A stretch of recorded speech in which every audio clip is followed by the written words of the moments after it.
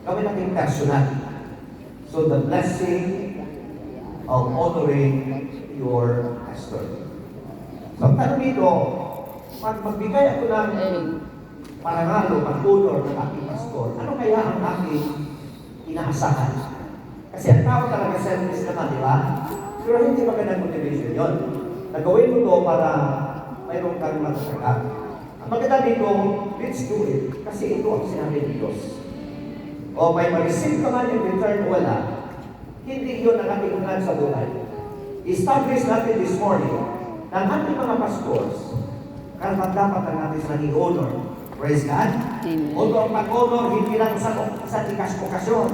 All, buong okasyon, buong araw, buong buwan, buong taon, nasa puso natin mga leaders at mga members na ginagalang talaga natin yung ating mga pagsulat. Amen. 2 Kings chapter 4. Basahin ko lang, no, para at least makuha niyo ang close na istorya. One day, Elisha went to Shunem, and a well-to-do woman was there. Di ba kayo na higit well-to-do woman? Bawa. Lali mo yung woman na katabi mo, kumusta ka? Well-to-do ka ba? Well-to-do. Ibig sabihin, mayaman, di ba? Well-to-do woman was there. Who urged him to stay for a meal. So whenever he came by, he stopped there to eat. She said to her husband, I know that this man, who often comes our way, is a holy man of God. Let's make a small room on the roof and put in it a bed and a table, a chair and a lamp for him. Then he can stay there whenever he comes to us. One day, when Elisha came, he went up to his room and laid down there. And he said to his servant Gehazi, call the Shunammite. So he called her, and she stood before him. Elisha said to him, tell her, you have gone to all this trouble for us. Now, what can be done for you? Can we speak on your behalf to the king or to the commander of the army? She replied, I have a home among my people. What can be done for her? Elisha asked Gehazi. Gehazi said, she has no son. She has no son. Her husband is old. Wow, linaw pa talaga, di ba, no? Then Elisha said, call her. So he called her, and she stood in the doorway. About this time next year, Elisha said, you will hold a son in your arms. No, my Lord, she objected. Please, man of God. And the next year, about the same time, she gave birth to a son, just as Elisha had told her. Napakagandang kwento, di ba? Sino nakabasa nito? Nasaan ka kayo sa nakabasa? Ano kaya binabasa na katabi mo? Ay, tulong ko, sa pagbasa niyo, nakuha pa niyo ang mga punto nito pinalakay. Pero dito po natin makita ang istorya na ginawa ko lang sa babae na siya po ay nagbigay ng pinakamataas na pag-honor sa man of God na si Elisha. At kasi ganito. Tingnan po. Are you ready for that? So, this is one of the greatest principles in the Bible na ating pong matutunan galing po dito sa scripture nito. Ang principle nito, when honor flows, blessing flows. Ano daw? When honor flows, blessing will also flow. At ito ang nangyari po sa babae. Nang siya ay bumaba ng hanggang sa pag-honor ni Elisha, grabe yung blessing na napunta sa kanya, di ba? Yung long years of waiting to have a son, natapos na talaga. Praise God. Kasi natanggap po niya yung blessing na Diyos. In fact, si Jesus Christ affirmed the principle. Sinabi niya, whoever receives a prophet, because he is a prophet, will receive a promised reward. In other words, when we honor God's servant, amen, you position yourself to receive God's blessing. Amen? So yun ang nangyari. So kung makita natin sa istorya, ginawa ng babae, she keeps honoring and honoring Elisha whenever he comes. Ang hakbang ngayon, nilagay ng babae ang kanyang sarili sa isang posisyon to receive blessings after blessing. Kasi when honor flows, the blessings will also begin to flow. Hindi ko nag-gets ng maraming mga Christian at mga leaders. Akala nila overtaxing na po yan. Hindi nila nabalansin ang pag-iisip. Na kung tayo ay magbitaw ng anumang bibitawan namin, may katumbas yun kasi nakita ng Diyos yun. Panampakan natin ang Pinoon. Amen? So ngayon, tapos natin matanggap itong isang katotohanan that when we honor, flows begin, blessings begin. And then, dalhin natin ito sa ating panahon. So as we look at this story, which is the Shunammite woman, makita natin dito ang tatlong katotohanan na ginawa niya upang ang ating pinag-usapan na parangal ay mangyayari. Ang unang principle is recognize your pastor as the man of God. Okay ba? Palabitin mo yung katotohanan. Kilala mo pa pastor mo? Na as the man of God. Parang iba hindi na ito po. Recognize your pastor as the man of God. Of course, yung pastor can be a general term. Can be babae yan o lalaki yan. So, ang kanyang posisyon yan, nilagay ni Lord, siya po ay pastor. Iba tawag pastor. Pero generally, pastor talaga ang tawag, babae man kung lalaki. At tayo sa Pilipinas, particular tayo, di ba? Pastura, sa lalaki, babae. Kung babae, kung lalaki, pastor. Kung sa gitna, hindi ko na alam, di ba? So, recognize your pastor as the man of God. So, makita natin sa istorya nang dumaan si Elisha at pinatuloy, may nakita yung babae, si Elisha, ay yung babaeng sinamahin kay Elisha, nakakaiba. Anong sinabi niya? Kung balikan natin yung verse natin, the Bible says, Elisha would regularly pass by Shunem, and a well-to-do woman urged him to stay for a meal. Then she said to her husband, I know that this man often comes our way is a holy man of God. So na-recognize ko ni Shunammite kung sino itong bisita niya. Amen po? Grabe revelasyon ko sa aking pag-iisip kung grabe no. Kasi minsan tayo mga pastor, bibisita tayo o saan na napunta. Yung mga taong nasa lubog natin, natagpuan natin, parang feeling nila, wala na tayo, di ba? Pero itong babae dito nag-isip, ibang level itong bisita ko, amen? Dapat din tayo mga pastor, kung tayo magbisita man, maramdaman ang ating binibisitahan na ibang level tayo, amen? Hindi ko makalimutan yung sinabi ni Pastor John, full question nila yun. And then, sinabi ni Pastor John, sino ba dito ang mayor sa ating lungsod o sa ating bayan? Nandiyan po, ako po ang mag-upload sa kanya. Hindi niya kilala doon. Kasi nagkipagkilala sila. So, hinahanap ko ni Pastor John yung lugar kung saan at tumuloy siya sa kanyang opisina. Na as usual, hindi na basta-basta kaagad makapunta sa office ng mayor, dadaan ka pa sa maraming mga usapan, may secretary, may guard pa, may security pa, parehas na, di ba? So, ganun. Bakit? Pastor, ano ba sadya mo? Gusto ko makausap si mayor. Hindi ka mo na pastor, ha? Natawagin ko man ako po, di ba? Sino yun? Si Pastor Jun Magaluna daw. Sige, patuloy mo, Pastor Jun Magaluna. So, pagpunta na po naman sa opisina, sabi ng mayor, Pastor, ano bang kailangan ko sa iyo? Ano sadya ko? Bakit ka napunta? Mayor, wala. Dito lang po para ipag-pray kita. Sa salamat, Pastor. Kasi sa lahat talaga na nagbibisita sa akin dito. Ikaw lang ang nagbibisita, hindi umikit.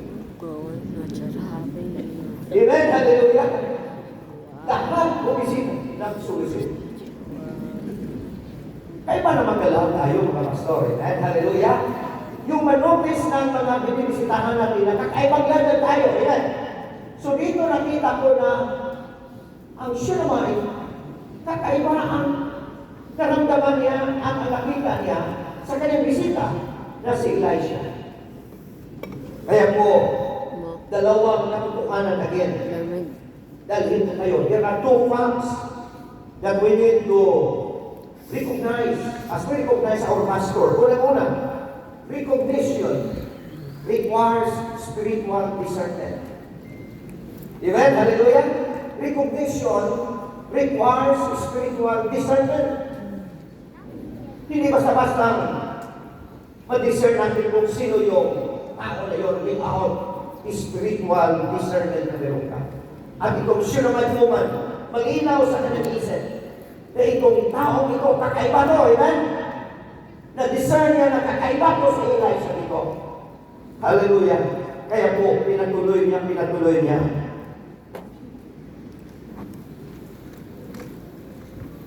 Bago po siya binibless kay Elisha,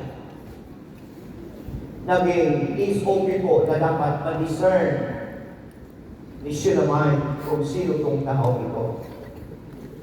Amen? Palakpakan natin si Lord. Amen? Ang pagtingin ni Shunammite kay Elisha, hindi siya ordinary traveler. Hindi siya guest.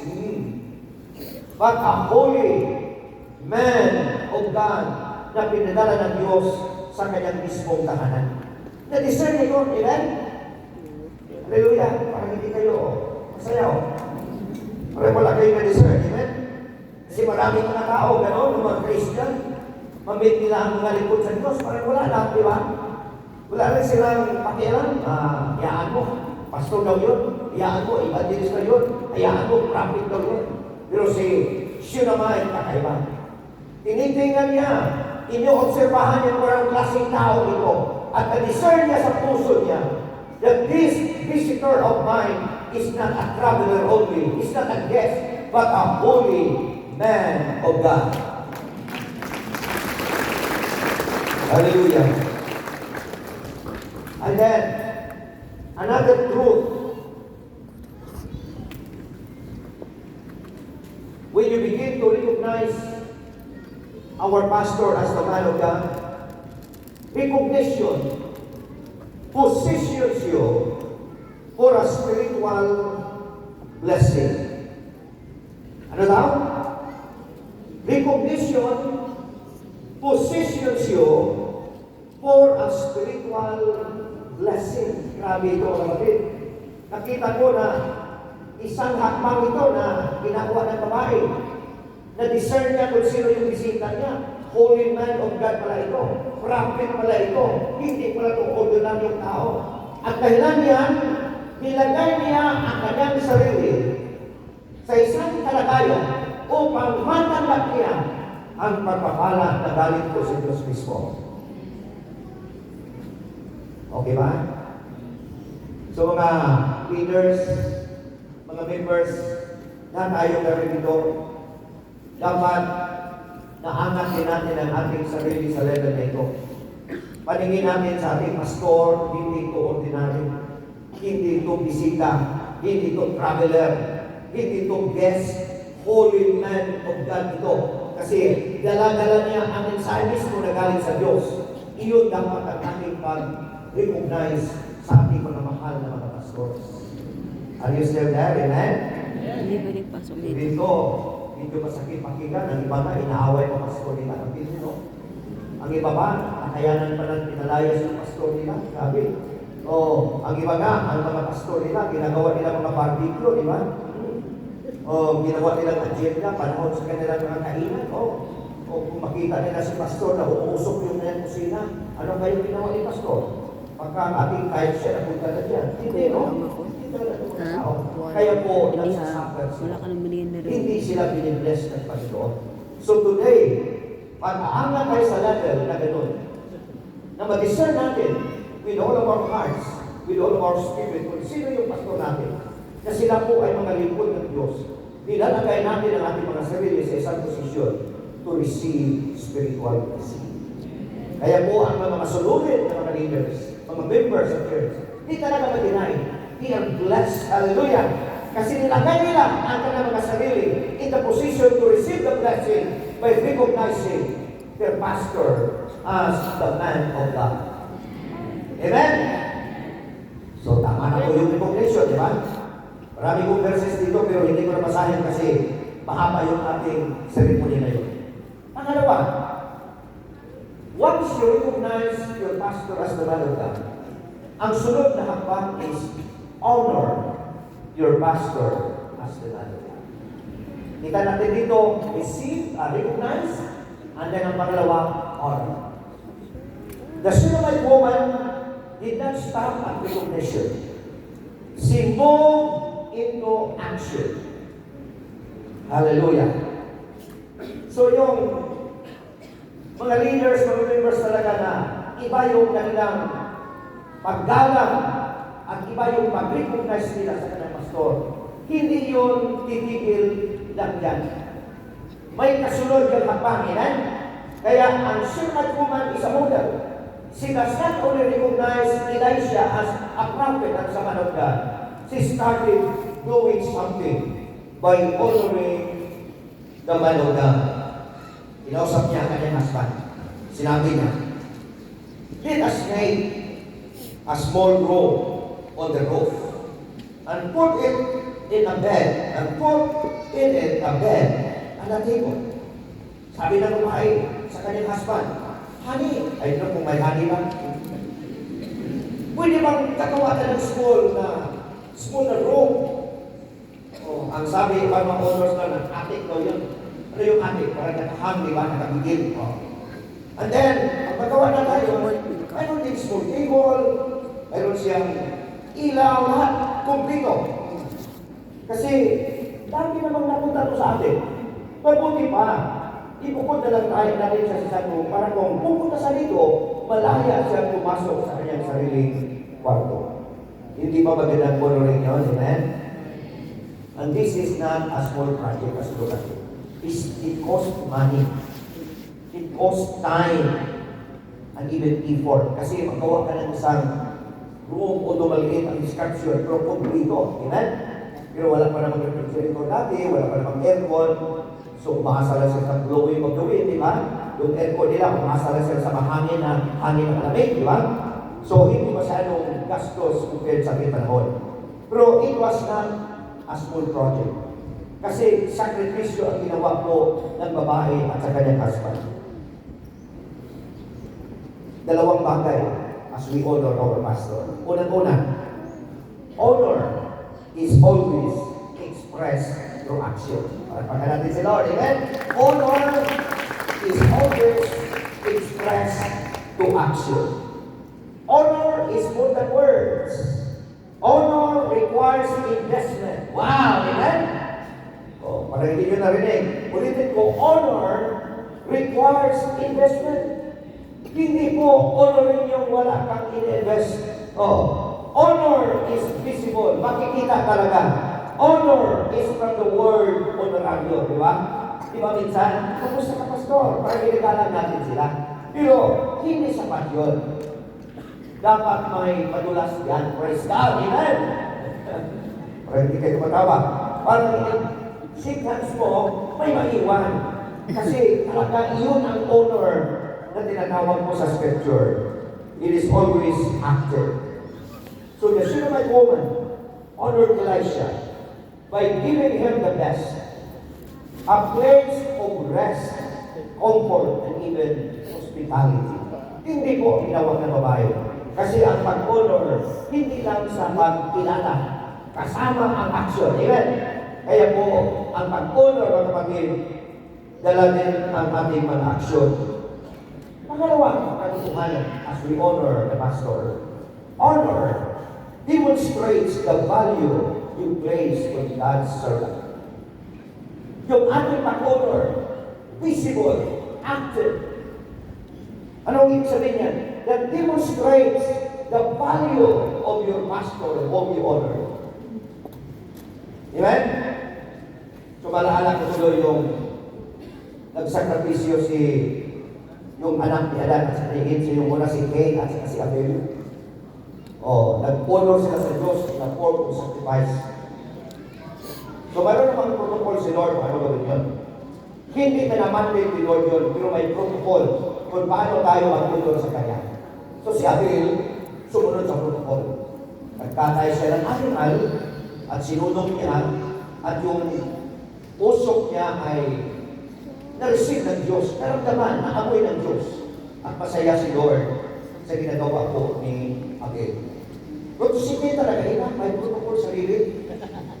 So, pumunta siya sa kanyang field. Harvest po siya ng kangkong, harvest siya ng pitsay, harvest siya ng magano, no? At dinala niya yun sa harapan ng Diyos. At grabe si Lord, hindi masaya at hindi na-honor bilang magtapo kanyang honor. Kasi wala ka sa tamang protocol. Sabi, kangkong walang kaya ko sa Diyos, pitsay na ba ang kaya ko sa Diyos, hallelujah! Diyos na yung ating in-honor, kangkong pa rin, amen? Pitsay pa rin, hallelujah! Mabuti na lang kung may broccoli dito mahal-mahal pang walang broccoli, di ba? Grabe yung pastor mo, ang kaya mo, ukay-ukay na, kaya ka naman. Matikman naman si pastor ng branded, palakpakan natin si Lord, hallelujah! Pastor, dito na. Inawisan talaga ko sa kaukay-ukay dito, okay? Okay naman yun. Pero masabi ko lang, kung may okay naman. Pero ang may-ari ng tagal ng patay. Tagal ng patay. Gusto mo ba bisitahin si pastor? Sa may-ari sa labit na yun? Punta naman tayo sa polo shirt, punta naman tayo sa mga lakos, hallelujah. Iba kasi walang kaya lakos, lokos na, diba? Pero grabe nag-honor ka ng manugan, kangkong ang dalhin mo, hallelujah. Hallelujah. Kalamitin mo yung kanam sabihin, gumising ka.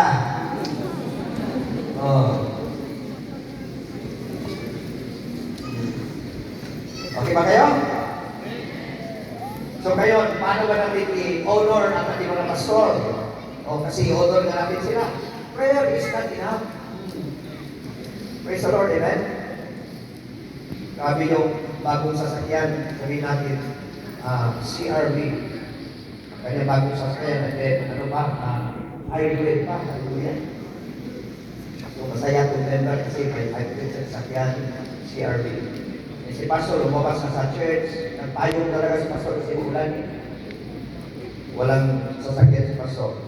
Dumaan yung hybrid na dinag-drive ng member niya. Pastor, bye-bye! Wala talaga.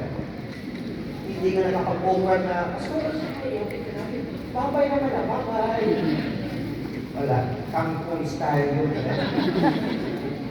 Sige, kalabitin mo, huwag mo kangkongin si pastor. Walang kangkongin si pastor. Kasi dalawang kumakain, parehas ang kinakain, adobo. Ang isa mataba, ang isa payat. Bakit naman ito? Payat sa adobo, parehas ang kinakain, adobo. Sarap adobo, di ba? May oil, so talagang tataba ka na. Nagpula, bakit ito naman? Payat, ito. Mataba, adobo pala sila kain. Ako ang kaibahan.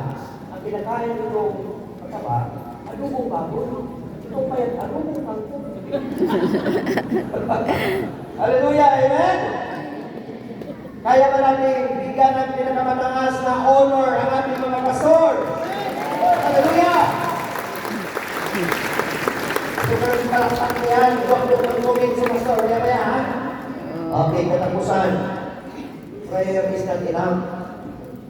Encouragement is not even enough. Support. Yung suporta mo, moral support, hindi sapat yun.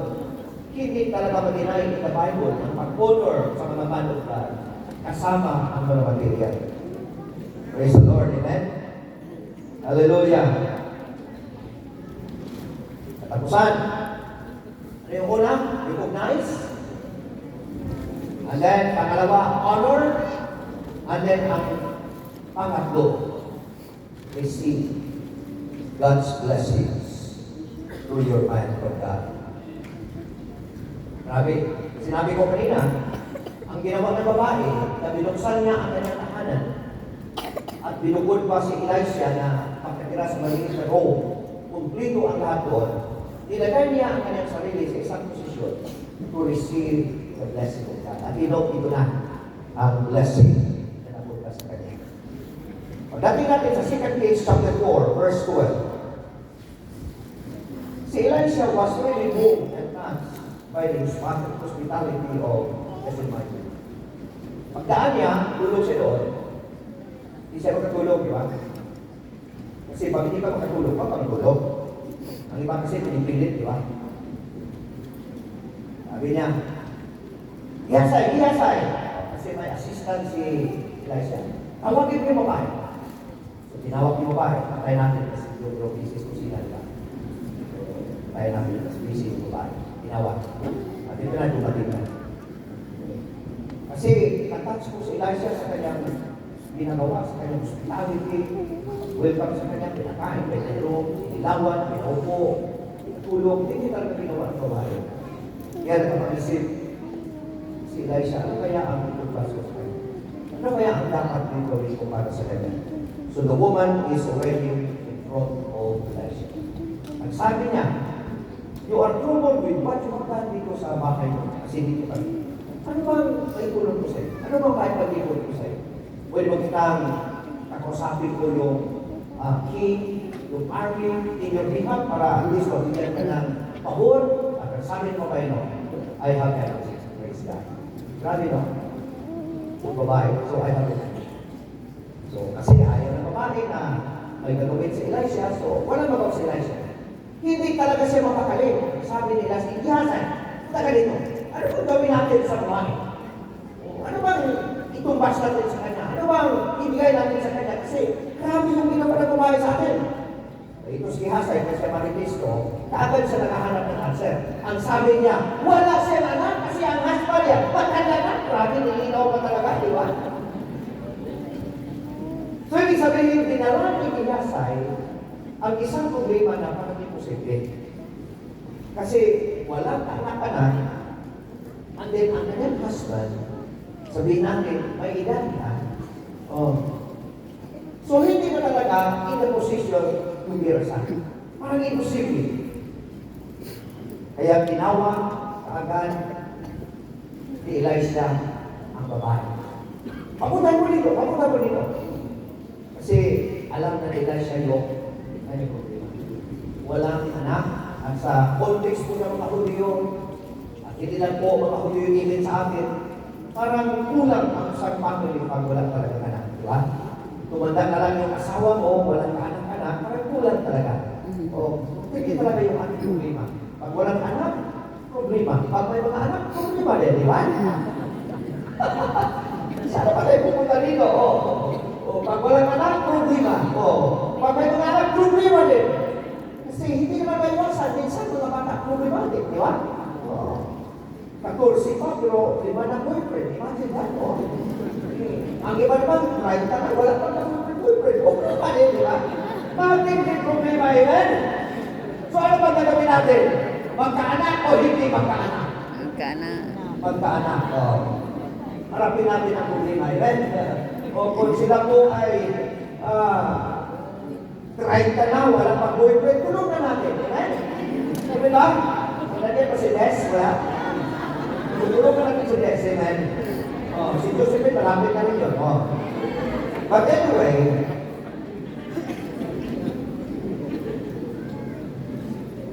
bakit kaya ma-receive natin ang blessing as we honor the man of God? Di ba kinatanong na yun? Bakit kaya? Although, kiniklaim natin yun, pero bakit kaya as we begin to honor the man of God at ginawa na po siya ng po, bakit kaya ma-receive natin ang blessing? Hallelujah! Una, honor unlocks the supernatural. Amen. Palakpakan natin si Lord, amen? As we honor the man of God, although maraming mga argumentation, maraming mga debate, maraming mga criticism, Pero hayaan mo yun. As we honor the man of God, grabe ang mangyari. Buksan ni Lord ang pintuan sa supernatural. Anong problema sa babae? Hindi siya makakanak. Matanda na ang mister niya. Malamang itong babae ko, matanda na rin. Wala na sa posisyon, natural, na sila ay makakanak. Pero grabe, ang act of honoring Elisha opens and locks the door of supernatural. So ang galaw nito, hindi na natural. Supernatural na si Lord na ang gagalaw. Amen? Ang mga imposible, naging posible na. Ang hindi mabuksan, pwede na buksan ni Lord. Kasi ang kanyang galaw, supernatural na po ba kapatid? So kung titignan mo yung babae, kasi yan naman siya ang bila dito. Her act of honoring Elisha opened a door that money could never open. Amen? Kasi hindi natin masabi kung patingin pa sila sa mga sa medical science kung bakit hindi sa makaanak. Wala pa talaga, no? Pero grabe, ang kanyang mag-honor opens the door na ang tira, kahit gaano kadaming tira, hindi makayanan ng tira. Pero si Lord, kaya niya kahit walang tira upang matugol ang pangailangan. Their honor produce a miracle she could never produce. Grabe ang kanya mag-honor kay Elisha. Naging pintuan ito na mag-produce at buksan ang mga supernatural. Their honor touch heaven, and heaven touch her as well. Hallelujah! Sa'yo makaindahan, amen? Kaya po, napakatindi. Ang ginawa ni Shunammite, pinuksan ang pintuan sa supernatural. And excited ako, bakit? Ang kanyang katugunan sa pangailangan ni Shunammite, supernatural na, amen? Hindi na talaga pwede na hindi sila mag-intervene kasi lampas na po yung capacity kong birasan. Pero God is there. Kaya nang ibalik yun sa number 1. Hallelujah. Pangalawa po, honor attracts what you have long waited for. Amen. Ulitin ko, honor attracts what you have long waited for. Amen. Look at the context. Itong babae ito at ang kanyang husband, they have been looking forward, waiting so hard and so long. Kailan ba sila magkakanak?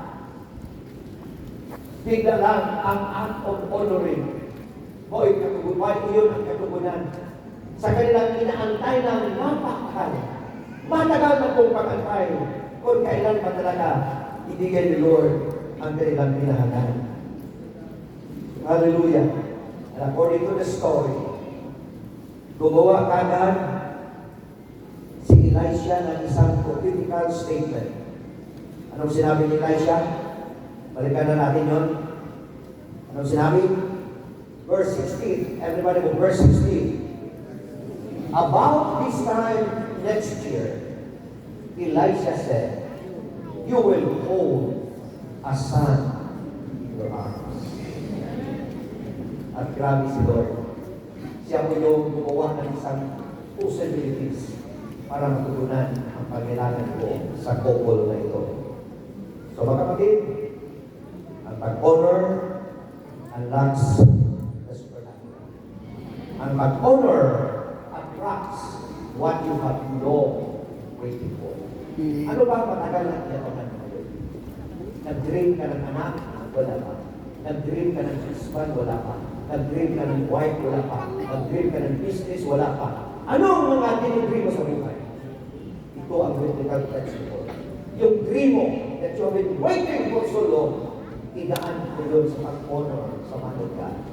Not honoring unhands the things that you have been waiting for.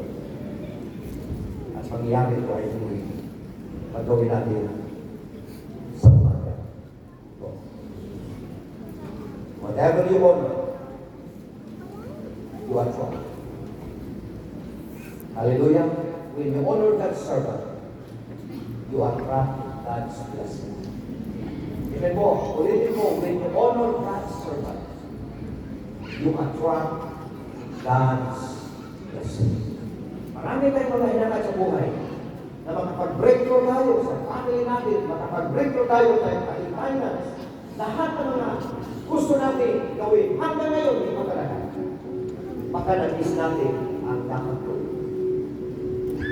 Start honoring the pastor. Gagalaw si Lord. Iwas Lord. Hindi ko nakabaan. Sabi ko, gagawa na yung kakibang pasistem. Tatlong principles yung kailan. You want the blessings when you honor your pastor, recognize him as the man of God. Pangalawa, honor him. And then, pangatlo, receive blessing. As you honor the man of God, hindi talaga mag-deny ang blessing of God. Pagkakaroon ka sa sino bang nag-isip na mangyari ko sa babae at sa kanyang pastor? Sa lang ginawa nila. In-honor ang man of God. Pinatulog, pinakain, pinandahan. God promise the blessings. Ang nangyari sa Shunammite woman, simple mangyari sa akin. Amen. We are ready to do great things. Recognize, honor. Hallelujah. Pray muna tayo kapatid. Ang mensahe natin narinig ngayon, hindi ito masayang.